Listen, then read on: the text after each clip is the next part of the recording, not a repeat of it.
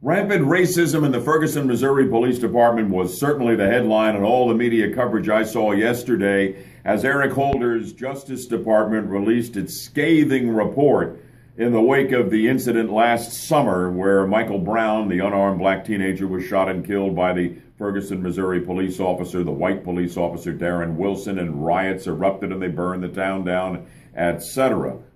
There's no question they've got a problem with racism in the police department. They've got imbalance on the staffing. I mean, you can't have a scenario where you've got a town that is 2/3 black and you've got 50 people in the police department and only 3 of them are black. That needs to be corrected, should have been corrected, and I believe now will be corrected. The racist emails that some of the cops were sending around, the awful things they were saying about blacks, particularly Barack Obama and First Lady Michelle, are completely indefensible. If they're only using police dogs on blacks and not whites, that's indefensible as well. But a couple of things that I'm not seeing enough coverage on, and I tried to balance the coverage of this scathing report from the Justice Department on racism in Ferguson, Missouri, tried to balance it during the show this morning.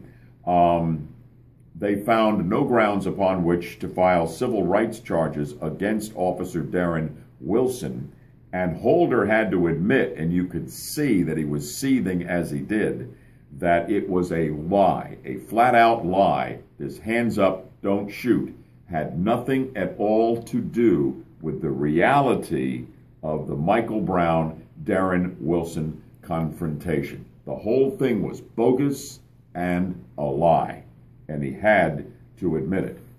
Also, it's clear in the report that they are trying to say that when you have Ferguson, Missouri, 67% black, and 90% of the incidents where police use force on people in Ferguson, it's against black people, is proof of racial discrimination and bias on the part of the police. Not necessarily so.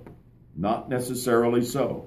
If you have black people misbehaving and breaking the law in great numbers, disproportionate to their part of the population, that can definitely explain why you have police taking action against blacks. It's not an issue necessarily of targeting blacks because of their color, but simply trying to enforce the law. That it can be bad behavior on the part of the black population of Ferguson, Missouri. Of course, the Holder Justice Department would never acknowledge that in a million years, would they? That's what I think. Hey, what do you think? Join me for the next edition of Bud Hedinger Live, Friday morning, 6 until 9. I'll look for you then right here on News Radio 102.5 WFLA FM and still on AM 540.